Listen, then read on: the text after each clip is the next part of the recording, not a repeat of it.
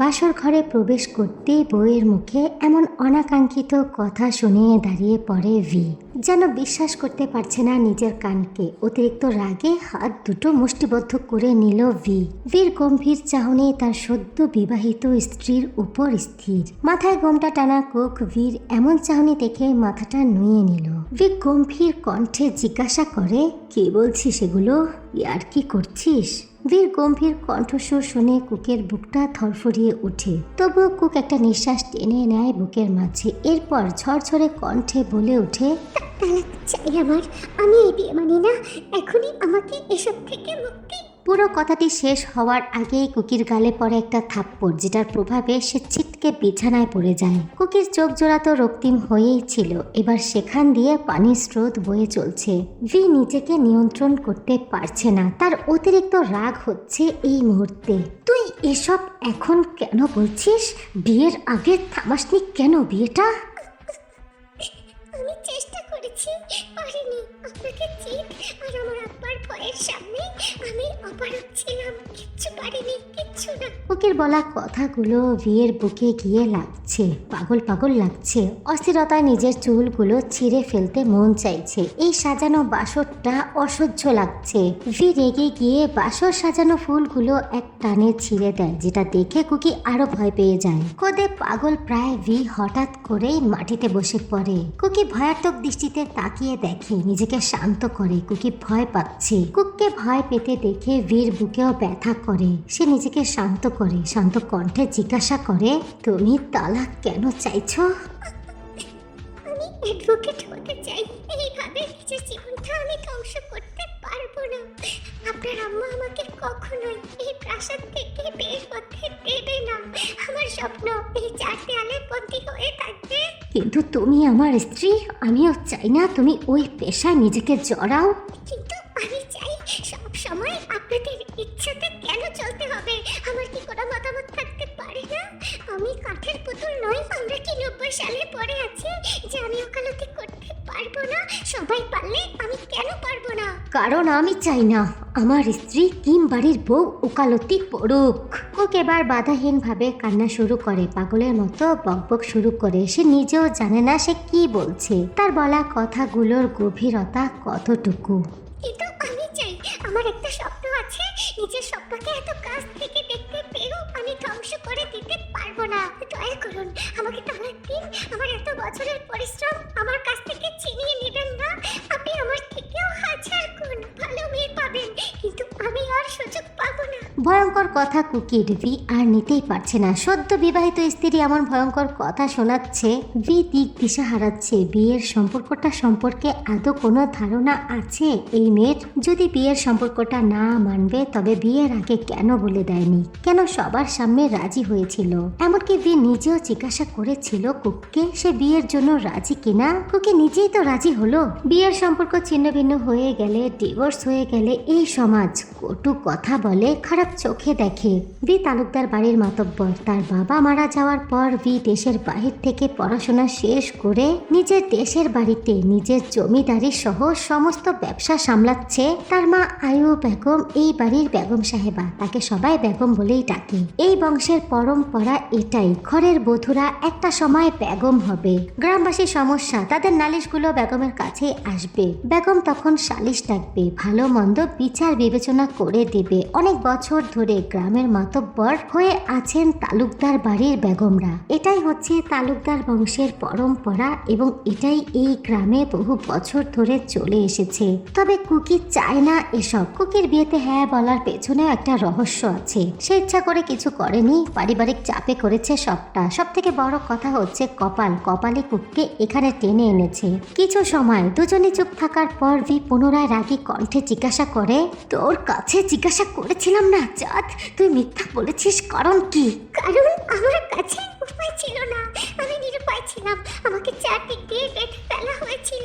এখনো সেটাই করছেন। আমাকে মুক্তি দিন, দয়া করুন। ভি বউয়ের এসব কথা নিতে পারছে না। সে বহু কষ্টে নিজেকে নিয়ন্ত্রণ করে বলে, ঘুমিয়ে যাও চাঁদ, কাল কথা হবে। কিন্তু কুক কানে নেয় না সেসব কথা। সে পাগলের মতো আচরণ করতে লাগে।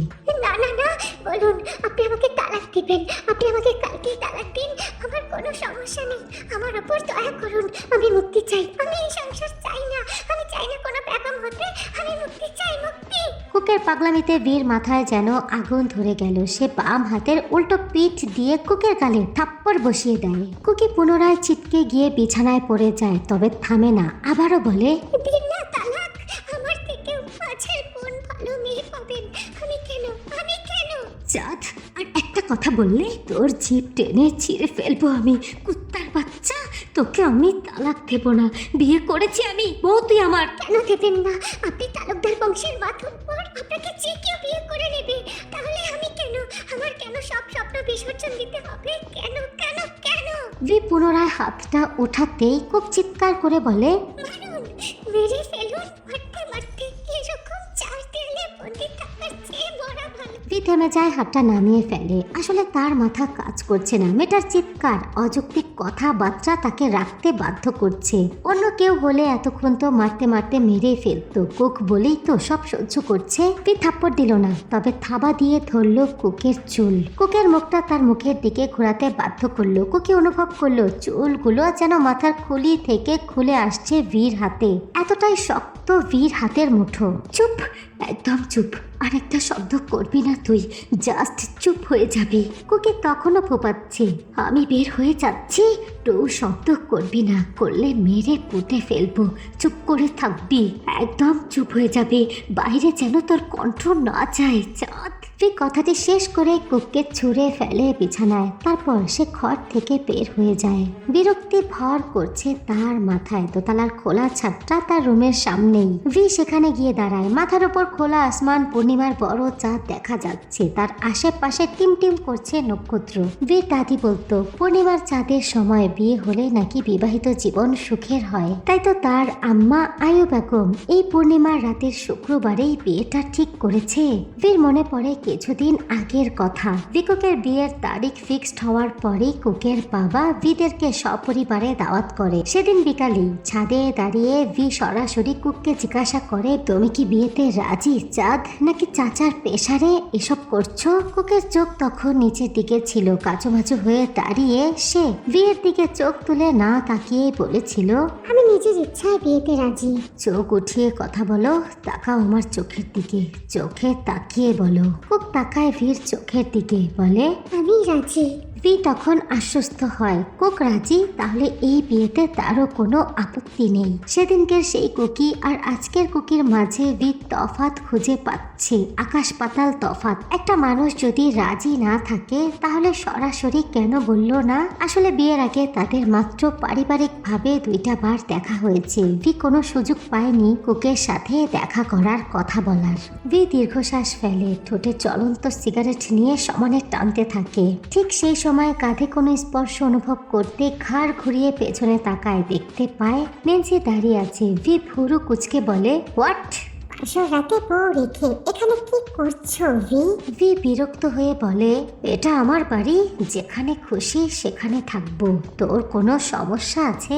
বড্ড বেশি অবহেলা করো তুমি, অথচ যাকে আগলে রাখতে চাইছো সে তোমাকে আরো বেশি অবহেলা করছে। আমাকে বিরক্ত করাটা এবার বন্ধ কর, বিয়ে করেছি আমি, বউ আছে। কথাটি বলে ভি সেখান থেকে চলে যায় নিজের কামরায়। নেন্সি ফেলফেলে চোখে তাকিয়ে দেখে ভির দিকে, বলে, এত কষ্ট কেন দিচ্ছ ভি? ভালো তো কম বাসিনি তোমাকে। আমার বাবার যন্ত্রণা কিছুটা হলেও তুমি ভোগ করবে। দেখো, তোমাকে অভিশাপ দিতে পারি না আমি, কিন্তু নিয়তি ঠিক তোমাকে বোঝাবে। ভি কামরায় এসে দেখে তার বউ ঘুমিয়ে গিয়েছে। গালে দেওয়া 2টা চড়ের কারণে লালচে দাগ হয়ে আছে মুখখানা। ভি দরজা লক করে এগিয়ে যায় কুকের দিকে। শরীর থেকে ভারী গহনাগুলো খুলে দেয়। কান্নাকাটি করে মুখের অবস্থা করুণ, চোখের কোনায় জল শুকিয়ে আছে। ভি হাত বাড়িয়ে মুখখানা মুছে দেয়। থাপ্পড় দেওয়া গালে ক্রিম লাগিয়ে দেয়। মেয়েটা বড্ড অবুঝ, শুধু বাচ্চামি করে, কিন্তু এই বৈবাহিক জীবনে যে এমন বাচ্চামি করলে চলবে না, কে বোঝাবে তাকে? ভি কুকের চর জ্বর দেওয়া গালে ঠোঁট ছোঁয়ায় খুব কষ্ট হচ্ছে তার। কুকের প্রতি কঠিন হতে খুব কষ্ট হচ্ছে। এই চাঁদটার প্রতি যে এই শক্ত মনের মানুষটার আলাদা একটা কোমলতা কাজ করে। বীর চোখ দুটো রক্তিম বর্ণ ধারণ করেছে, যন্ত্রণা হচ্ছে চোখ জোড়ায়। নিজের অন্তরের যন্ত্রণা কমাতে ভি কুকের পুরো মুখে চুমু খায়। জ্বর দেওয়া লাল গালটায় ঠোঁট ঘষে দেয় দীর্ঘ সময়। চাঁদ বেবি, আমার সোনা, ঘুমিয়ে গিয়েছিস? জান, আর কখনো বলবি না আমাকে ছেড়ে যাওয়ার কথা। আমি বিয়ে করেছি তোকে, আমি ছাড়বো না তোকে। কিভাবে থাকবো আমি সোনা?